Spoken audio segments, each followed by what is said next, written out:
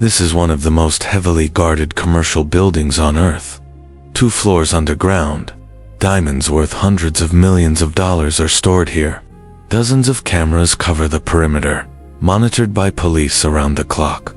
Access to the district is blocked by guards and private security patrols inside. It seems impossible to get in unnoticed. The entrance to the vault is sealed by a steel door 30 centimeters thick and weighing several tons. Beyond it are light, motion, vibration, and heat sensors tuned to the slightest change. Even if you get inside, you must work in darkness and leave no evidence. Then you must exit without appearing on camera and without triggering an alarm. And after that, you still have to disappear from the city and the country.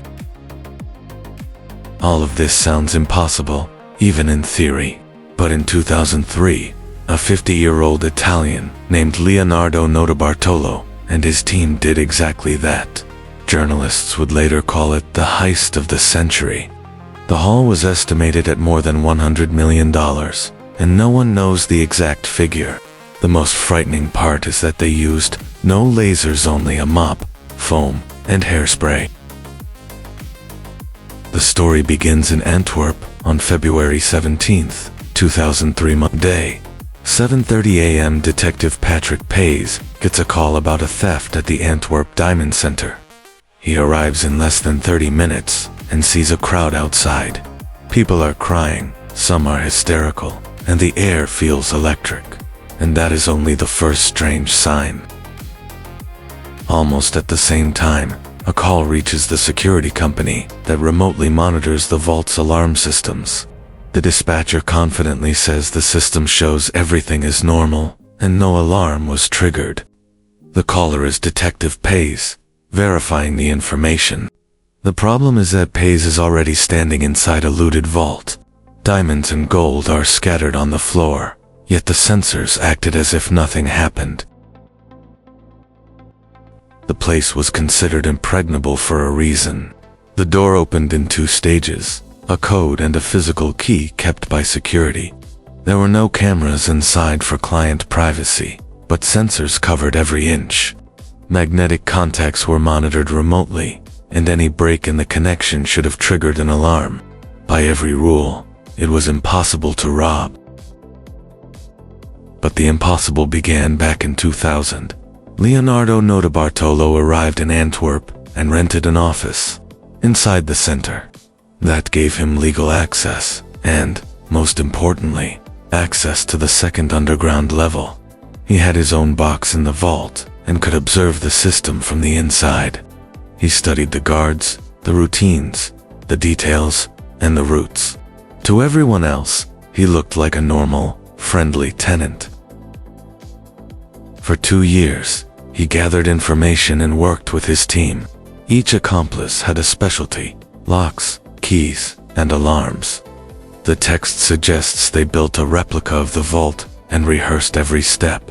The operation was scheduled for the night of February 15, 2003, when a major tennis tournament was in town. The logic was simple. That weekend, the vault was expected to be especially full. On the night of the heist, they drove to the Diamond Quarter and parked on a nearby street. Several people carrying bags went to the garage, which allowed entry while bypassing the main entrance. They picked the lock and took the stairs down to the second underground level instead of using the elevator. Ahead was a 3-ton door, and everything had to be done in darkness. A light sensor inside meant a single mistake could expose them instantly. The door had a 4-digit code lock, and they entered the correct combination.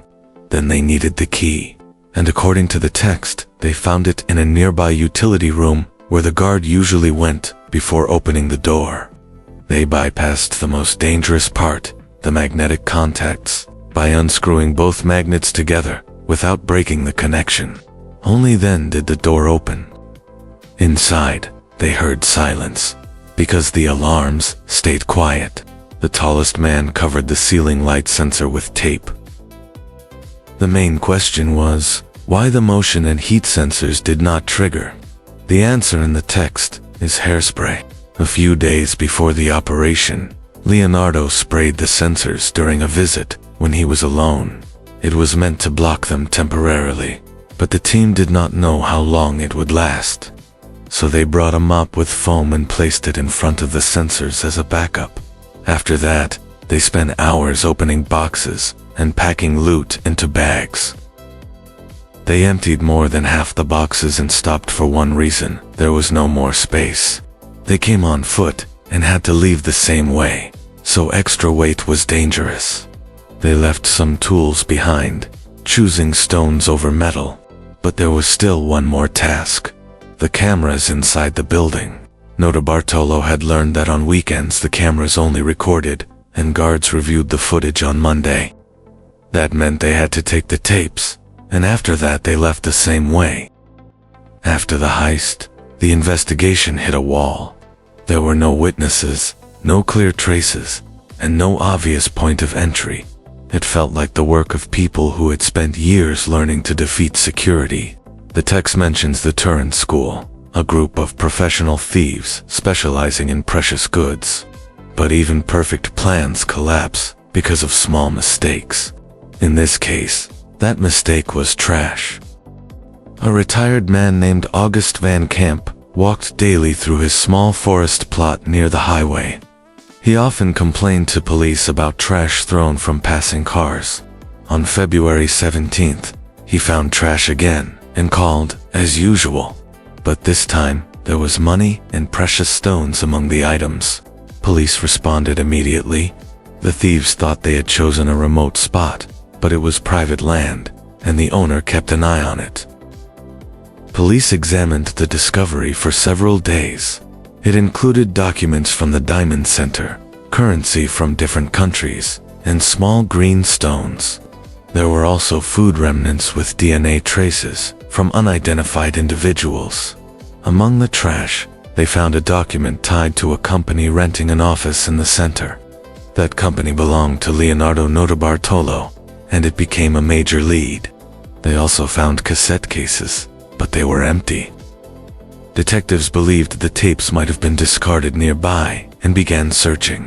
When they found several tapes, dozens of people gathered, expecting to see the thieves' faces. They played the footage and it was pornography. The tapes belonged to someone else, but the search still pushed the investigation forward. Police searched Leonardo's office and then his apartment. There they found the same small green stones as in the dumped trash, linking everything together. In the end, 4 people were arrested, including During interrogation, none of them said a word. The court sentenced Leonardo to 10 years, while his accomplices received less. He was released early in 2009 and gave a single interview. In it, he said he started stealing as a child and eventually built a team of specialists. The Antwerp job became their greatest work. But the most important part is the questions that remain. Who commissioned the job and paid for years of preparation, a replica vault, and the team's work? Where the other participants went, if investigators believed more than 4 people were involved. And the main question: where the diamonds are. No one ever confirmed the exact value, because many deals in this world happen in the shadows, and tracing stones is nearly impossible, meaning they could have returned to the market long ago.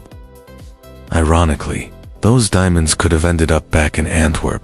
They may have passed through intermediaries and blended into normal inventory, which means they might be sparkling right now in a display case or on someone's hand. The heist happened on the night of February 15, 2003, and nearly 20 years later, it still terrifies people with how simple tools defeated an impregnable system. Thank you for watching until the end.